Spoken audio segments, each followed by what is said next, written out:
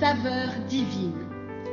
Cette bonne nouvelle du royaume sera prêchée dans le monde entier pour servir de témoignage à toutes les nations.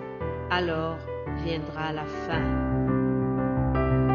Ce pain céleste vous est présenté par Immaculée Niraneza.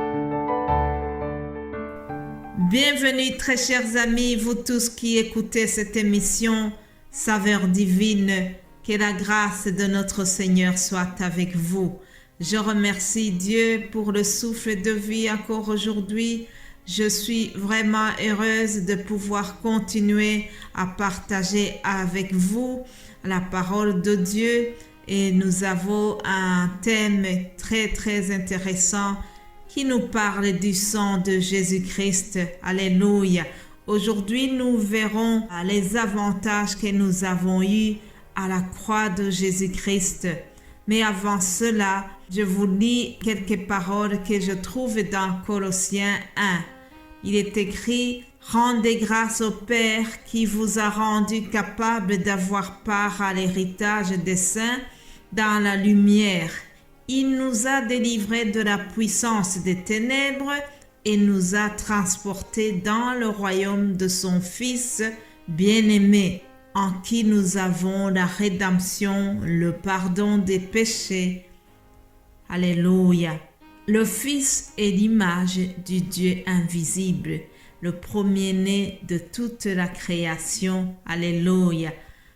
Rendons grâce au Père qui nous a rendus capables d'avoir part à l'héritage des saints grâce à l'œuvre de Jésus-Christ à la croix. Alléluia. Grâce à l'œuvre de Jésus à la croix, nous avons eu le pardon de nos péchés, chers amis.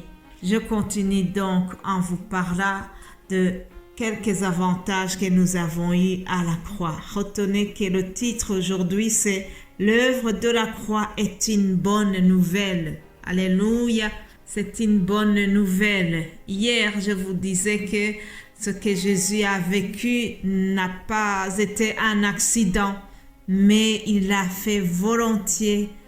C'est avec amour qu'il a accepté de subir tout cela parce que c'était pour que toi et moi nous soyons sauvés. Alléluia.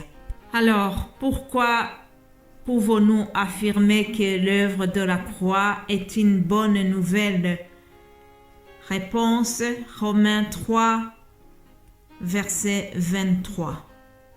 Car tous sont péchés et sont privés de la gloire de Dieu, et ils sont gratuitement justifiés par sa grâce, par le moyen de la rédemption qui est en Jésus-Christ.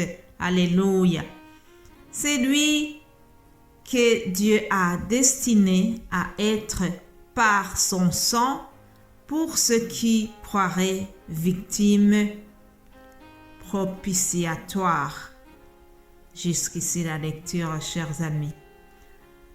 En résumé, ces quelques lignes que je viens de vous lire nous apprennent que nous avons été justifiés. Nous étions tous considérés comme des pécheurs et nous étions privés de la gloire de Dieu. Cependant, grâce à l'œuvre de Jésus-Christ à la croix, nous avons été pardonnés. Grâce au sang coulé à la croix, nous sommes justifiés. Alléluia.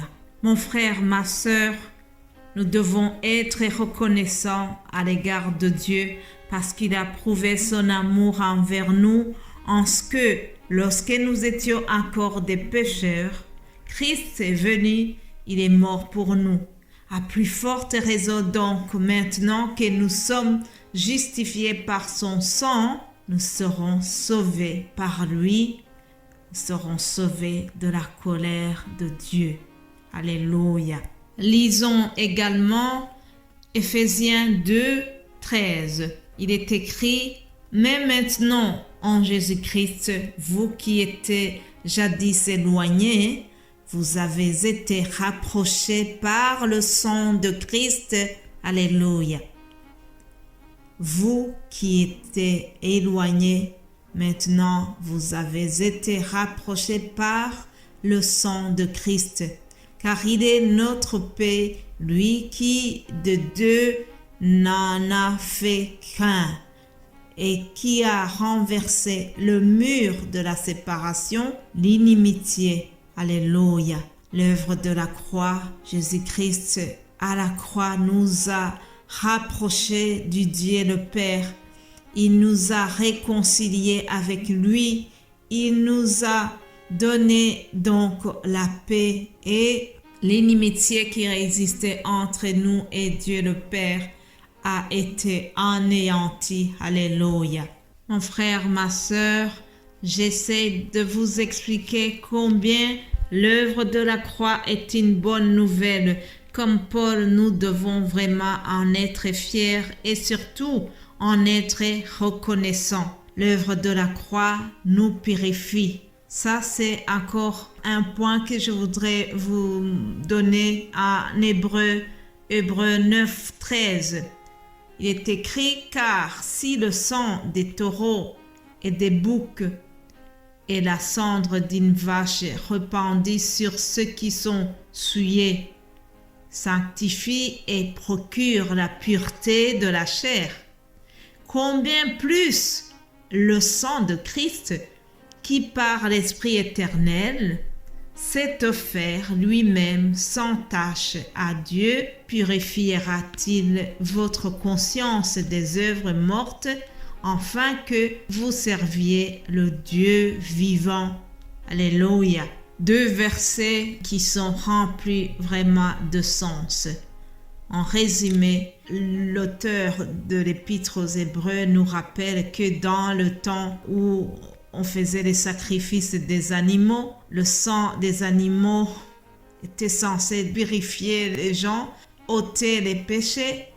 Alors, on compare son sang à celui de Christ. Le sang de Christ est meilleur que celui des taureaux et des boucs. Le sang de Christ sanctifie. Il nous procure la pureté de la chair. Et le sang de Christ est beaucoup plus supérieur à celui des animaux parce que il ôte le péché. Le sang des animaux ne faisait que couvrir. Ce n'était pas effacé complètement, tandis que le sang de Christ nous a ôté le péché. C'est ce que Jean-Baptiste a dit: voici l'agneau de Dieu qui ôte le péché du monde. Lorsqu'il a présenté Jésus-Christ, c'était l'agneau de Dieu qui va retirer complètement le péché du monde entier. Alléluia. Mes bien-aimés de Dieu, je termine en vous donnant une synthèse de ce que je vous ai partagé. L'œuvre de la croix est vraiment quelque chose qui est une bonne nouvelle. Elle est avantageuse parce que à la croix, Jésus-Christ s'est fait victime et propitiatoire par la foi en son sang. Jésus-Christ nous a rapprochés par son sang. Alléluia. Il nous a réconciliés, il nous a rapprochés du Père Céleste grâce à son sang versé à la croix. Jésus-Christ aussi nous purifie. Il nous purifie par son sang. Il nous a rachetés. Alléluia. Le sang de Jésus-Christ est plus fort et meilleur que le sang des animaux qu'on sacrifiait à l'époque de Moïse. Alléluia. Je vous propose de prier avant de terminer. Père Céleste, nous te remercions, nous te rendons grâce pour cet amour dont tu nous as témoigné en envoyant Jésus-Christ pour qu'il puisse nous rapprocher de toi, Seigneur. Par son sang, il a pardonné nos péchés. Le sang de Jésus-Christ nous purifie de toute iniquité. Seigneur, nous voulons encore une fois te remercier pour l'œuvre de la croix. Alléluia. Amen.